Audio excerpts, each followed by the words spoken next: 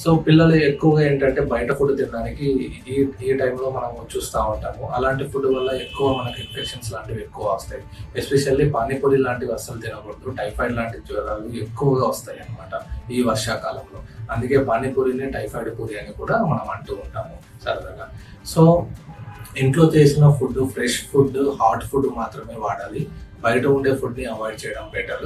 రెండోది ఏంటంటే ఏ type of foods పెడితే మనకు ఇమ్యూనిటీ పెరుగుతుందో అలాంటి ఫుడ్స్ ఎక్కువ పెట్టాలి. ఫర్ ఎగ్జాంపుల్ విటమిన్ సి ఉండేది మనకి ఇమ్యూనిటీ పెంచుతుంది. అది లెమన్స్ కానీ, అంటే నిమ్మకాయలు కానీ, సిట్రస్ ఫ్రూట్స్ అన్నింటిలో ఉంటాయి. మన జామకాయలు, ఆమ్లా అంట, ఉసిరికాయలు వీటిల్లో ఎక్కువ ఉంటాయి. నారింజ పండ్లు, కమలా పండ్లు వీటిల్లో. సో ఇలాంటి విటమిన్ సి కలిగిన ఫుడ్స్ ఎక్కువ పెడితే అది మంచిది పిల్లలకి. అంతేగాని నారింజ వల్ల కోల్డ్ వస్తుంది అనడం తప్పు. సో చాలా కామన్ గా వింటూ ఉంటాము మనము, నారింజ పండు పెట్టాము కోల్డ్ వచ్చేసిందని. కోల్డ్ అనేది ఎప్పుడైనా వైరస్ వల్ల వస్తుంది, ఎటువంటి ఫుడ్ వల్ల రాదు.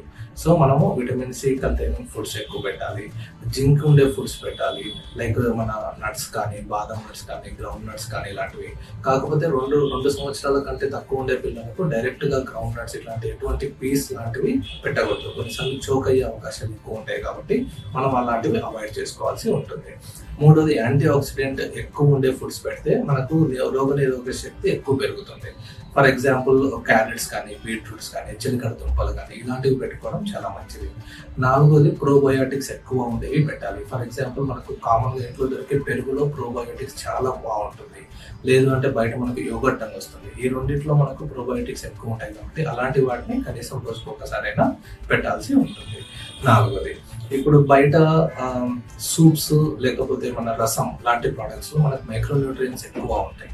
సో కనీసం ఆల్టర్నేట్ డే అన్న రసం లాంటివి పిల్లలకి పెట్టాల్సి ఉంటుంది. నాలుగోది వాటర్.